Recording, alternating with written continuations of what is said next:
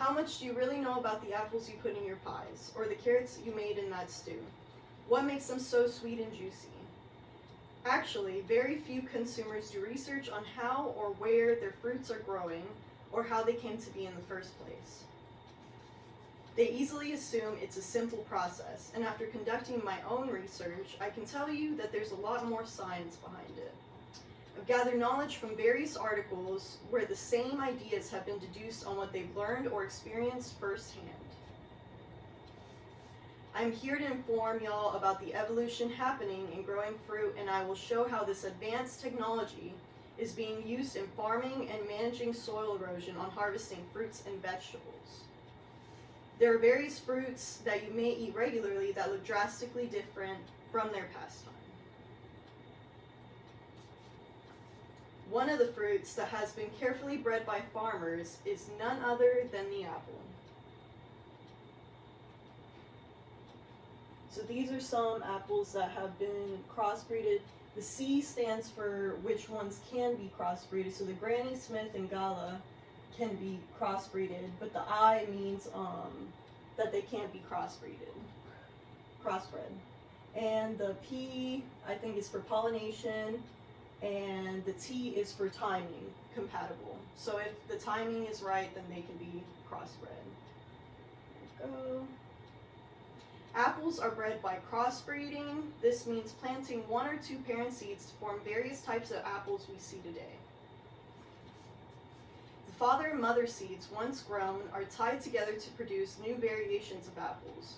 Jim Luby, a professor at the University of Minnesota for cultural science, states that growers rely on chemistry, of course biology, and genetics for breeding apples. Another example of crossbreeding is with the banana. When breeding bananas, farmers use manure as fertilizer and focus on the resulting textures, smells, and flavors of the bananas grown. This process takes time. They must collect data, whether with technology or on paper, how the fruit endures different obstacles, what works and doesn't work, how the weather will affect their growth. They breed different fruits while taking into account the customers who are going to buy them.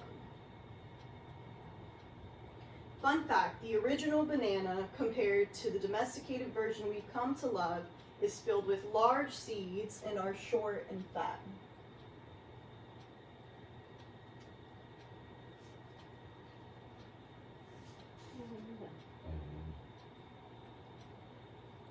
Now we can progress to a discussion on vegetables. One of our favorite things to snack on as a healthy alternative is carrots. But did you know that the orange color they retain now is not its original tone?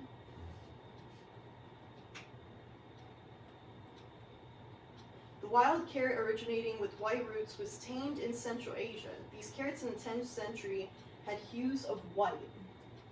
These ones right there. As a result of mutations believed to be between two carrots, the yellow carrot was born.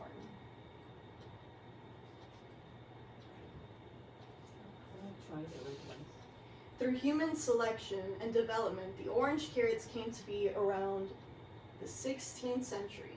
Due to its appealing flavors, the orange carrot became the most popular throughout time in cooking, casting a shadow on its fellow carrots. The others are still used, but primarily for feeding livestock. Corn is used in all sorts of ways throughout America. From cornstarch to corn syrup and in a lot of chips, the corn we consume today is believed to have originated from a crop plant harvested in Mexico called Diosinte. Diosinte had hard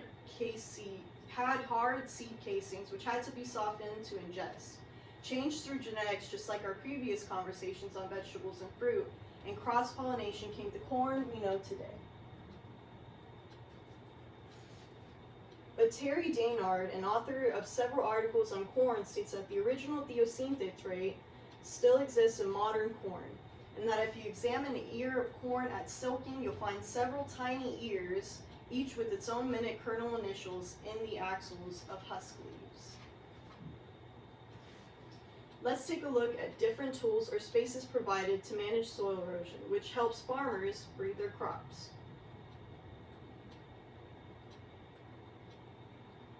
What is soil erosion? It is the natural process in which the topsoil of a field is carried away by physical sources such as wind and water.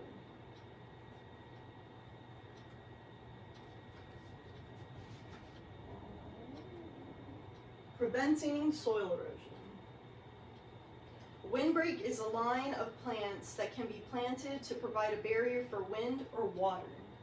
So that is the windbreak right there. So if the wind comes, it'll hit that instead of going directly on the crops.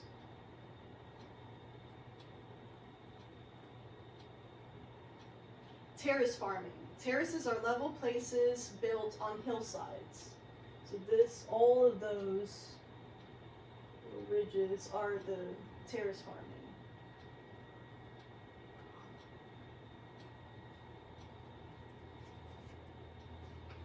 Contour farming. Planting crops in contour lines that run across vertically if they are being grown on a slope. So the lines are contour farming, the way that they planted them.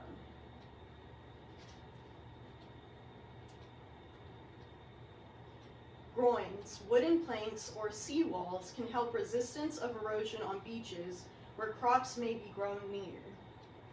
So that's the groin. And this is a diagram showing how the sand and everything will hit it. And then this is a picture of an actual groin.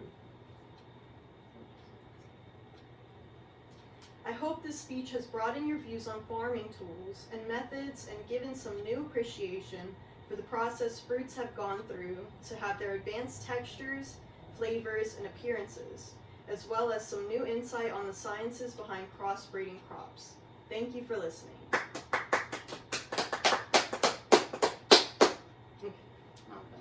Good? Do you think that was good? Yeah, I think so too. What do you think, Guille? Guille have